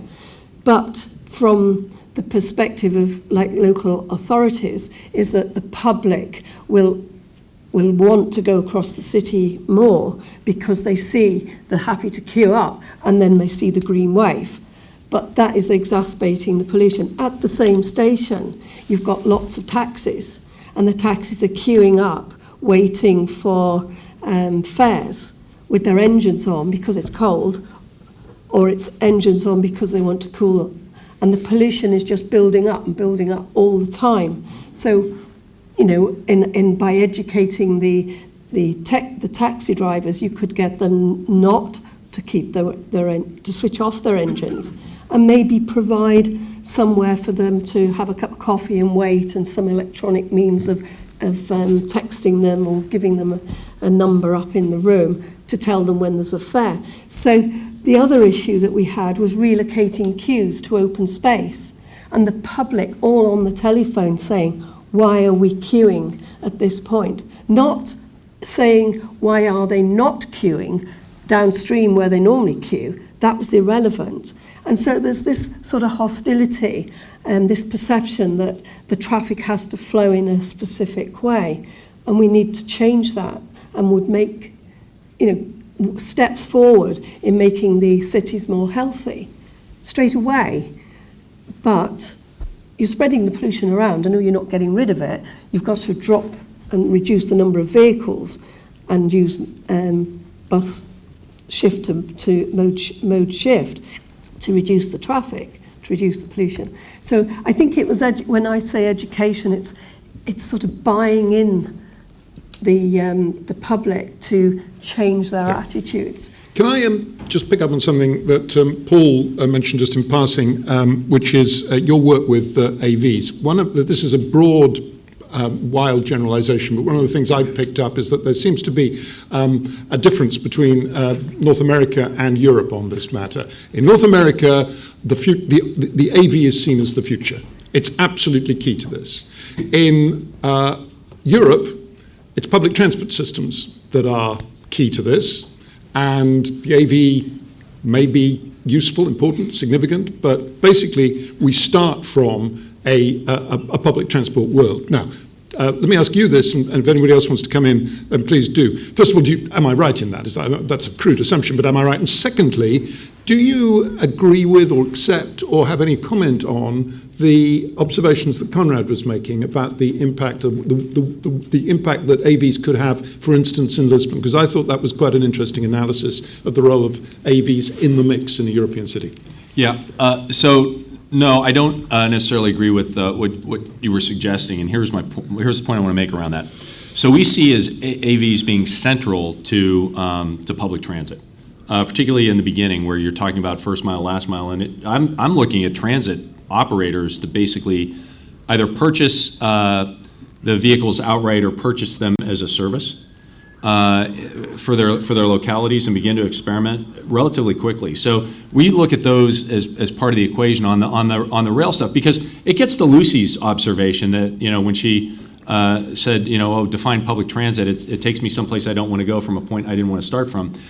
If we can solve that problem, it has huge implications for congestion and everything else. So I just think, and certainly pollution. I do want to. Somebody had asked a question earlier about even electric being like the cure-all, and I would suggest it depends on the wheels to well. It depends on what your source of electricity is. If you're getting it from a coal-fired plant, it's not all that helpful. So I think there's it is locally, but not in the macro sense. Right. And I think we need to be very careful about that conversation as well. And the Lisbon study? And the Lisbon study? Conrad offered some observations about the role that AVs could play. Basically, AV has to mean shared ridership. If it means shared ridership, it can have a tremendous impact on the number of vehicles. I addressed that earlier when I said, look, our belief is, and the belief of pretty much everybody that we encounter out there, is that the future of AV mobility, particularly in urban areas, is shared and electric. Yeah. Sampo? I think the whole Lisbon study is important to show the kind of what if the AVs, and what if they're not shared, what if these things happen. It can have actually a bad impact on the transportation system. Now, how do we make sure that does not happen? And I think the only way of doing that is to make sure that the public transport system is as pluggable as possible, so that you don't have to probably even force it to be plugged into a mass transit system, but it actually does that naturally. And that pluggable means not just the APIs, but also physically pluggable. If you look at the stations right outside here, they're not equipped yet from the infrastructure point of view to actually be pluggable for the AV or anything like that. Mm-hmm. Anybody else want to comment on this? Jakob. Yeah, we have several vehicle manufacturers in our organization, and we just had the Volkswagen Group joining, and I had a meeting with them last week about what their interest is in our activities, and there I can only confirm that their strategy is it's shared, it's electric, and it's autonomous. That's the development they're going. So and they introduced that as well in Geneva, some of the plans that they have in this field. So I think that this is definitely the way that vehicle manufacturers see themselves as mobility suppliers for the future, and with shared electric and autonomous. Indeed. Anybody else want to come in from the body of the coat? Yes, down here. Question down here at the front. Anybody? And in the middle there. Let's take this gentleman first. Hello. My name is Michel Magnon, and I work for Helsinki Business Hub, and I've been working in the mobility service space for about 2.5 years now. I actually live in England in rural Norfolk, so sort of two related questions. Mobility as a service. As an urban dweller and as a former Londoner, I get it entirely, and as a former younger person, I get it entirely. Now a not so younger person, not quite giving them the car keys yet, because you can't in the countryside. But the other thing I was going to say is, as a rural issue, not particularly catered for, and UK public transport is not particularly good and not particularly cheap outside of in rural areas. But the second issue is millennials, quite right, big uptake. My son loves it. But if you look at any population forecast in Western Europe or North America, you'll find that the population pyramid that used to look like that is not. It looks like a tube, and actually there's a lot more older people around. So are you just going to take away their car keys, or how are you going to persuade them? And by the way, they do vote too. Yeah, okay, so two things there. The millennials will drive that, but in a population with a very high proportion of older people, that's not enough, is it? And secondly, how does this apply in rural areas? I was interested, actually, that Lucy's presentation included observations about some work they're doing in Suffolk and Essex, which are rural areas. Who'd like to tackle rural areas first? Sampo, always eager, always keen. Always eager. Well, for you guys, Finland is a rural area, the whole of it. Yeah, half the population of London. In my previous job, which was on the non-profit side, we also did a lot of things. There are quite a lot of projects in Finland in rural areas, or we call them cities, but you call them rural areas. And in quite many cases, there are a few things that are needed. First of all, it's how do you get fast enough to critical mass to have the service level high enough? And there are a few ways to go around it. There's a really remote area in Lapland where they're now pushing for this MaaS, and we tried to tackle the whole critical mass. It's a touristic area, so they calculated, okay, what if you would have embedded in your accommodation a full-fledged MaaS for everyone who ever comes in. That comes into a pretty big pile of money. And it actually ended up with a quite small number per accommodation for a quite large area, roughly between 5 and 10 euros actually per night for unlimited go anywhere. There are a few others where you can start looking at the money that's in Imatra, in eastern parts of Finland, also really small rural area. And they thought that the problem is that the social transport cost with the elderly people and so on is rising all the time. And they normally do it with taxis. And you can't just bear that anymore. So they thought, okay, what if we try to integrate that with the rest of the transportation, and are going for a system where, okay, instead of actually doing the transportation, which is always just calling a taxi, to be honest, right there, they would say, okay, we know how much we're paying, so if you have a mobility account, why don't we give that money to you? And probably it's much easier to integrate the neighbor driving you, your husband, your son, someone driving you, because then the money lies with the end user. And I like these approaches. They approach the whole critical mass issue, even in rural areas. Yeah, the other point that Lucy made, and somebody else also made to me, is that there is actually an awful lot of transportation currently going around in rural areas, which is underused. And it's supplied publicly, it's delivering things, it's picking people up, but there's potential if you can use that more smartly. Antonio wanted to come in, and then Margaret. I was just going to comment that I think that the question that was asked was pretty sharp. I feel pretty much in the same position like the gentleman. You see, I think that we are aiming for the sky with MaaS. And it will not happen like that. It will happen through bits and pieces. Look at Uber. Uber did a wonderful job just by unifying and making it easy to pay. We simply don't worry about it because it has already been settled. And as a result of that, they cracked the problem for so many citizens that citizens voted with their feet. They jumped in. So let me give you an example from my country. In my country, we are pretty unique in one sense. We have 4 million cars taxed. We are 10 million people, and 4 million cars are taxed with Via Verde. And that's pretty unique.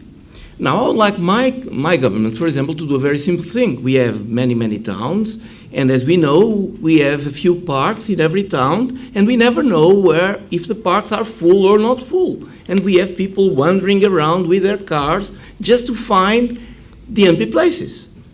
What a simple thing to do to just guarantee that there would be boards integrated with Via Verde so that problem payment would be settled and everything would be nicely done. This is not MaaS, yet it's a step towards it. And it works all over the place, in big towns and small towns. Now, what I'm saying really is that I will not try to eat the sky. I think that we can do steps towards the sky, and I think that some of the steps will be very valued by the consumers. Yeah, the market, and then Paul. Oh, I'm sorry, go ahead. I think from from the environment perspective, I think there is huge opportunities in terms of the village, the rural communities, because it's those long trips by car that are contributing most to the detrimental effects of carbon, and that's where we can, get most benefit. Sort of in the UK, you have bus services that sort of typically every 2 hours, and they take it's a long trip because they're weaving in and out various villages on the way. So I think MaaS would have the opportunity to having a much more direct, more frequent and faster service on the main roads, and then have the local public taxi services feeding in to hubs along the route. And those hubs could also have secure cycle parking so that you can open up the market for getting the commuters to feed into it. Because I think that is the problem with rural, is that there's a lot of opportunity for modal shift, but you've just got to get the coordination between the main line haul, as it were, shorten that, more frequent, and get your feeders coming in. Paul and then Jakob. I think you really need to understand the use case. It's different horses for different courses, right? You're not going to be able to do a one-size-fits-all in the rural area. I've got a friend who's a farmer in Tennessee, and he knows what I'm doing for a living, and always, says, "Look, I use my F-150 to haul hay. I'm always going to use my F-150." It's not going to happen. But if you can figure out how, again, taking a page out of the Amazon playbook, how to use big data to sense and respond the customer needs in advance, even call them up, say, look, we noticed every Wednesday you go into town to get your hair done, and it's a 45-minute drive.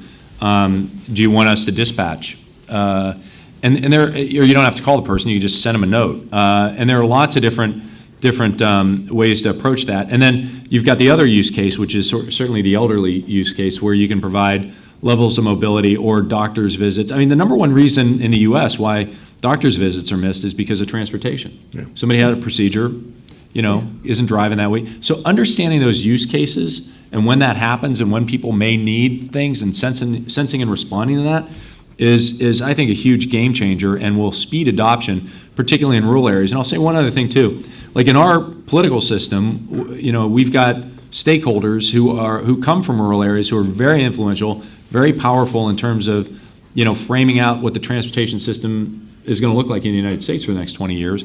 And it's really critical that there's a WIFM in there. There's a what's in it for me for those people from the rural areas. And we've got to be able to articulate that case to get that support. Yeah. Jakob.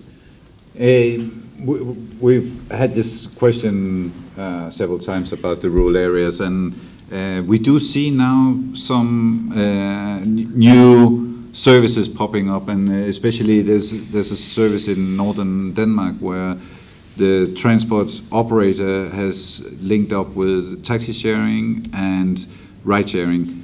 And for this, they needed to change the regulation for public transport operator.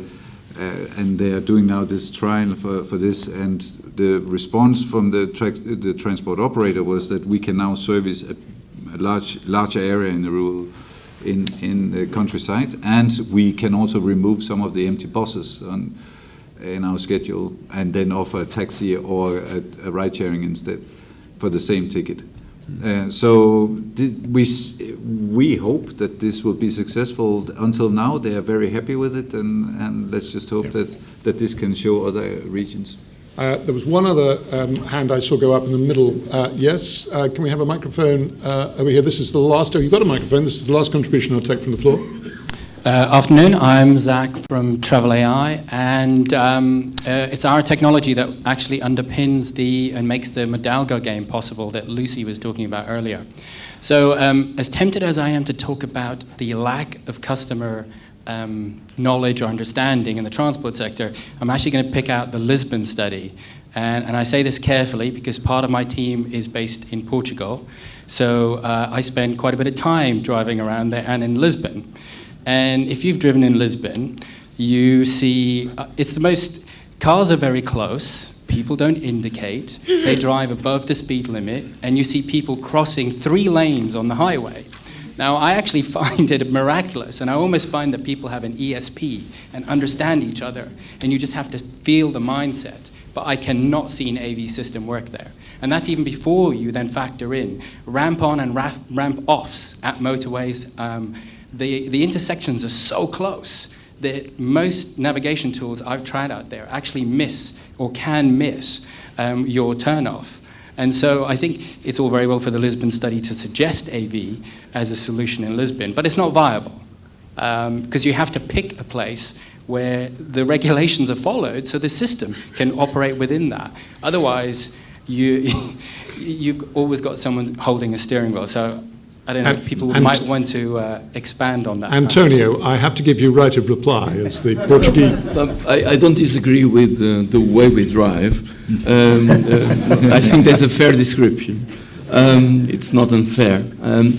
But on the other side, I must say that having said what you've just said, we have quite good systems, for example, in the highways. We do. Simply put, we have a system that enables me that saves me at least 2 hours a week, 2 hours a week, that enables me to pay parks, gasoline, and that works with really low levels of fraud, because the software that is used to actually detect this is pretty good. And that shows that even with those strange behaviors, if I allow myself to use that expression, systems can work.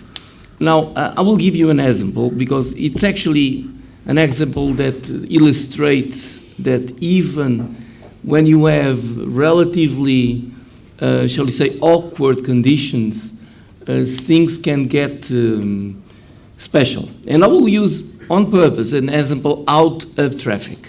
I will use an example from health. You don't know this, but probably you'll get a piece of news now. Portugal is a member of G8 of health in the world. G8 is the top 8 countries of health in the world. We're a member of it. Yet we only spend 11% of GDP on health. Yet we have incredible number of people using emergencies that they shouldn't. Yet we have a safer health for regular people than the United States. Much better, by the way. How come that a public service, mostly, done with such undisciplined, quote, people, actually produces such a brilliant job? I don't know if you know Nigel Crisp. Nigel Crisp rescued the National Service of the UK, and he was hired by Hours to actually check hours. And he was spent there a few weeks, and after a few weeks, he basically said to the minister, I don't know why you called me. Yours is better than ours. I'm very glad you said that, because I had difficulty believing you when you said that the British transport system was better than the Portuguese, but it's reassuring to know that the Portuguese health system is better than the British. The whole point is that undisciplined, Latin people are undisciplined, it's true. But systems can work even in that context, and that is cultural in a way. I would not dispute if the AVs are compatible with the solution, because I'm not an expert, and obviously I will not comment. Okay, let me finish by asking you a question in conclusion, which is a sort of combination of 2 Brubaker questions.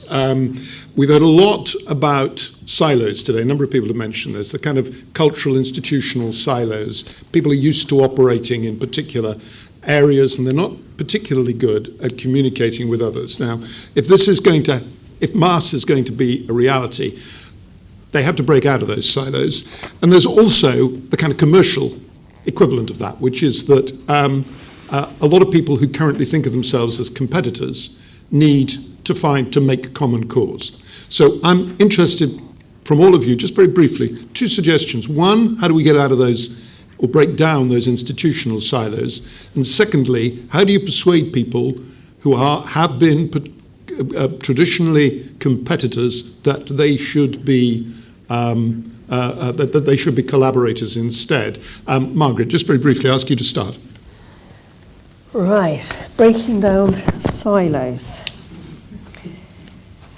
it's one of the biggest things that I've had to tackle in the environment and transport, because they are very, very separate. And it's a cultural change, and it's something that needs to happen.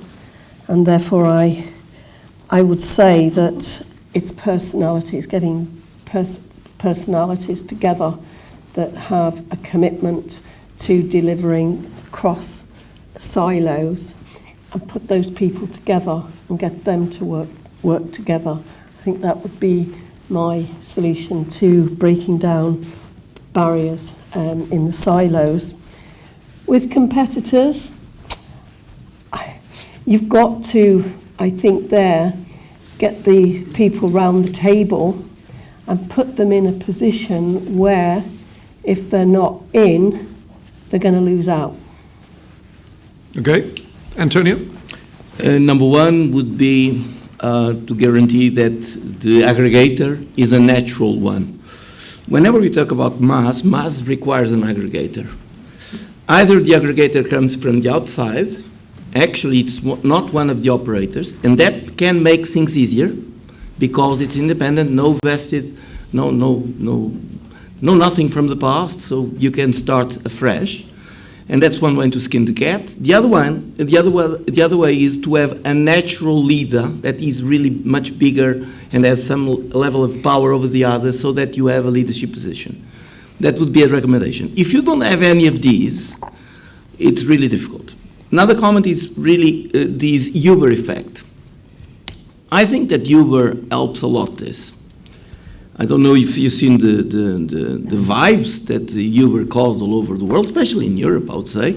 But obviously, this fear of being Uberized, between commas, actually moves people. Even people that have been in silos for a long time. Because suddenly they realize that, for example, Airbnb built the largest hotel chain in the world without owning any hotel in 5 years. And suddenly they scratch their head and say, wait a minute, heavy capital is not the solution, light capital is, sharing and brainware. And people understand that. People are not the same after Uber. There's a before and after.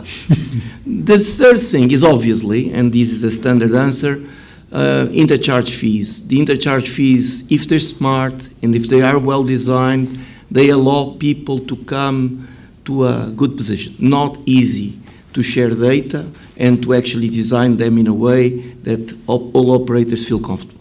Yeah. Those will be my answers. Jacob? I used to work for one of these silos, and when we did our Vision 2030 work, saying that MaaS was one of the key, should be one of the key strategies for the future business, I was met with a lot of resistance, and they told me, yeah, but we are going to kill some of our core business. And what I had to tell them was that, yeah, either you disrupt your business today, or someone else will do it for you. So it's a matter of you have no choice. That was for that sector. At the same time, it was a matter of educating to show them figures that I've seen today and show them that there's a big business potential outside their own business. Okay, they will lose some business, but they will gain other business because of some of the benefits they have in positioning themselves within the MaaS ecosystem. So I think it's the same with public transport. They very much see this as a threat, that if they are not in charge, they see it as a clear threat to their business. And what we are trying to tell them is actually you will get more business, in our opinion, and that is the way you should think of it. It might be that there will be some competition with some shuttles, with some bus services and so on. But you open up a whole new group of customers that would be able to use you. Paul? So this, first of all, we call them stovepipes of excellence in Washington. I'll let that sink in for a second. This is nothing new, this challenge. It kind of cracks me up because as you're talking, I'm sitting here thinking of Machiavelli in The Prince in chapter 6, where he talks in the 16th century, where he's talking about there's nothing harder to undertake than to create a new order of things, right? And those disruptive forces are either one of two things. One is it's existential. It's the questioning the existence and the relevance of an organization. And we watched, the Uber effect is well termed, because we watched every taxi and limousine commission across the country's head explode, and because they were on the verge of irrelevance. And frankly, they kind of are. And I'm loath to admit the fact I took a cab in here this morning. It took forever. And the cabbie, I told him what I was coming to do, and he said, well, he's getting out of the business because of Uber. He said when his contract expires, he's got to retire his cab, he's not getting in it. There's disintermediation that's going on, and it's huge, and it's going to happen, and it's very, very disruptive. And so the first thing is the existential threat, around relevance. The second thing is, and this sounds really bizarre, but it's this concept called leadership, and organizations have to be well led, and that's why I was, I'm over the moon on this whole Finland thing because, and their approach to reforming the regulation, because that is about leadership and action. And at the end of the day, so many times it's about leadership. It's about recognizing the big tectonic shifts that are happening, and taking action to fundamentally reform things. And so it's one of two things. It's innovate or die, and recognize the need to do that. And you either do that through leadership or you just atrophy. Yeah. Sampo? Silos and how to break them. Well, use sledgehammer.